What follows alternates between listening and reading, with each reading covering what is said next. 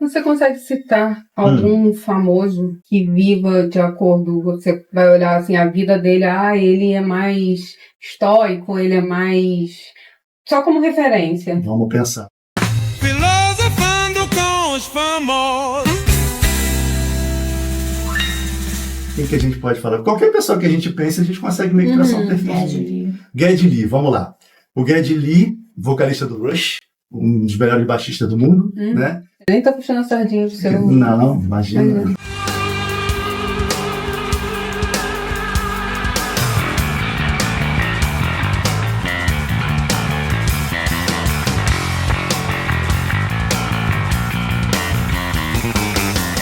Nós das melhores bandas do mundo. Claro. Eu consegui ver ao vivo. Claro. Ai, que nojento. Eu estava lá em 2003. Mas eu gosto muito mais dele que 2003. você. Não esquece de botar o Geddy ali esse gato maravilhoso. ainda tem isso. Sobe Não, ele. não, Que esse deus grego aí, eu eu que estou gosto falando de dele. verdade. Ela gostava antes dela, mas ela roubou ele, né? Que aí ela começou Ele é gato mesmo. Mas você tá debochando, eu tô falando de verdade, é bonito mesmo. Não, gato. Então, ele é. O Geddy... Gente, beleza, não põe medo, né? Não põe. Fala do meu Guedinho. A gente estava falando sobre amor platônico Guedinho. ontem. A gente tem que fazer um vídeo sobre amor platônico que fala sobre essa questão de beleza. Né? Que é um assunto interessante pra gente falar. É lógico que é. Então, o Geddy Lee, na juventude, ele foi hedonista, aproveitou bastante a vida. Em algum momento ele pensou que o propósito dele era tocar e ele tinha que se destacar uma vez que ele não era fisicamente atraente. Isso tem na biografia. E ele resolveu que ele seria uma baixista aqui, porque ele pudesse ser. Que ultraje! Né? E o Rush, como um todo, é estoico no sentido de que eles se sacrificaram muito pelo propósito deles, né? Então, eles não foram uma banda, depois que eles engrenaram na fama, né, não foram uma banda atrás de futilidades, né? Eles não gastaram, não tem limousines, nem nunca se envolveram em escândalos, nada disso. Eles sempre foram uma banda que, em primeiro lugar, estava a música e estava o propósito deles de fazer música. Então, o Geddy Lee, a gente pode dizer que ele seguiu o princípio do estoicismo. E fora toda a disciplina para poder se desenvolver como ele se desenvolveu, né? Então, o Neil Peart também. Eu ia falar do Neil Peart. O Neil ainda é mais estoico ainda. Não sei nem nunca ouvi falar. É o baterista do Rush, o letrista, né? A biografia que é o cara que realmente se impõe uma autodisciplina, um autocontrole, uma vida dedicada a ser cada vez melhor todo dia. Sofrida, uma vida sofrida. Se ele pôde escolher alguma vida para ele lá em cima, ele pensou, vamos de uma vez, eu quero só ir dessa vez. E vou voltar e já vou estar um ser evoluído. Foi essa pessoa aí. Ele exercia muito a capacidade de observação. Então ele viajava para os lugares. Por exemplo, isso é uma prática muito histórica. Eles podiam viajar de ônibus ou de avião para os lugares, né? Quando ele chegava numa cidade, e tipo, ele estava a alguns quilômetros da cidade onde eles iam fazer o show, ele pegava a moto dele, descia do ônibus e ia de moto. Mas ele não ia pela estrada normal, ele entrava pelos cantinhos e comia nos lugares e conhecia como um anônimo. Até ele chegar no lugar do show, ele tinha tido contato com toda aquela cultura, e isso ele escreveu vários livros de viagem, observando as pessoas, observando os costumes. Ele amava pássaros. Ele já morreu? Morreu de câncer cerebral, tumor cerebral.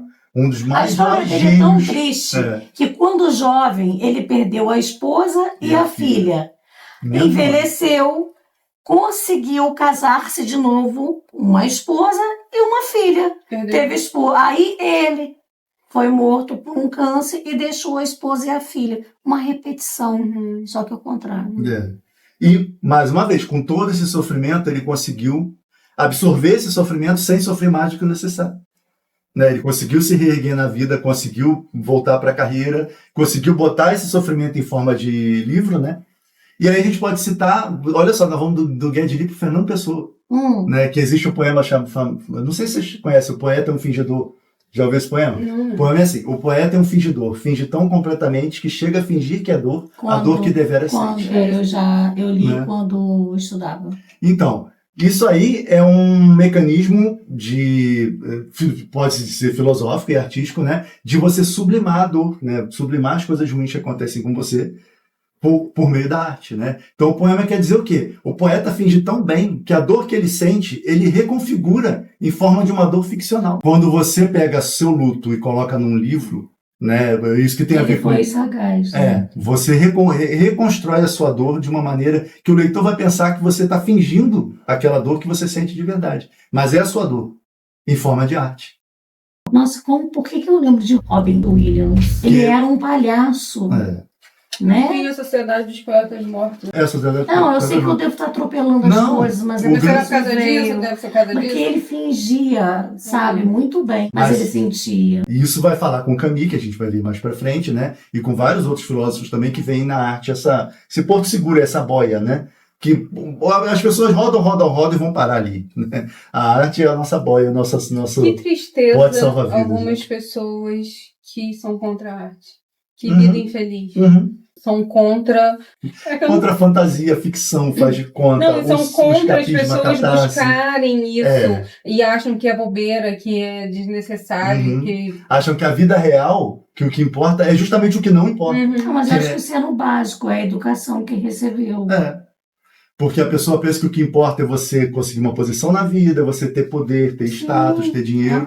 E aí vem um artista ou vem uma pessoa que perde uma tarde criando uma história, pensa, vocês estão perdendo tempo, vocês tinham que estar falando de investimento. Vocês tinham que estar pensando como é que está a bolsa para vocês investirem. Enquanto que isso vai embora, isso vira pó, isso não tem sentido. Não vai fazer de você uma pessoa melhor, né? E o contato com a arte, é isso que a gente faz, criar arte, falar sobre arte, isso vai fazer a gente evoluir. Olha quantos insights a gente tem. Que é a coisa mais linda do que você escrever um livro e deixá-lo, vai ser um feito seu que vai ficar para sempre.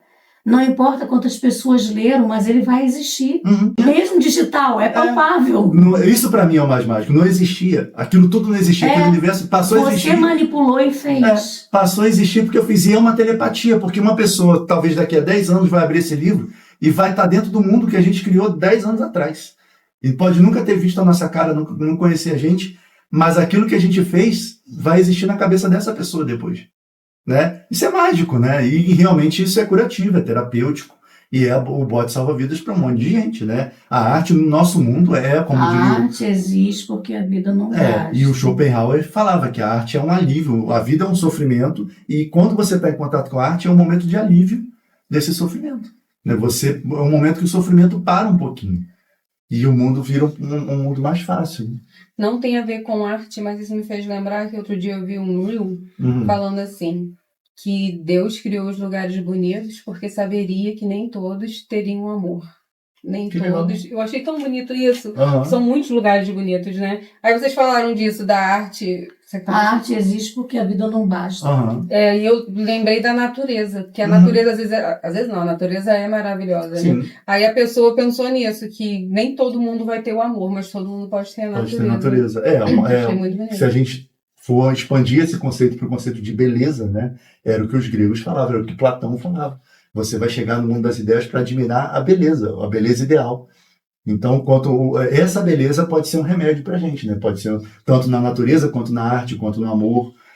Né? São belezas que mas existem no mundo das ideias isso ainda pode ser tão mais lindo ou tão mais assustador e terrível.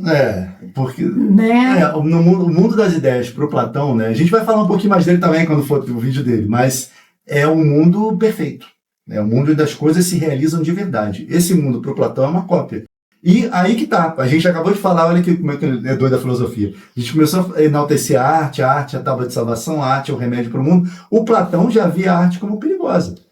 O Platão não dava essa salvaguarda toda para a arte, né? O Platão falava que a arte sentia o poder de manipular as pessoas, se fosse o caso, né? Então a arte era para ser vista com muito cuidado, porque existiu o mundo perfeito das ideias, existe o nosso mundo, e a arte tenta imitar esse mundo. Então a arte é uma cópia da cópia. Então a arte é perigosa, porque o artista poderia te manipular de alguma maneira. Isso na cabeça do Platão. É um outro conceito. Mas quando a gente for trabalhar...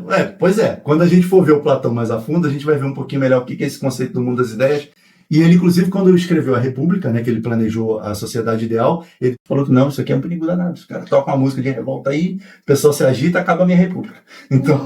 Como é que a gente vai terminar? Bota um pedacinho do show que eu tava lá.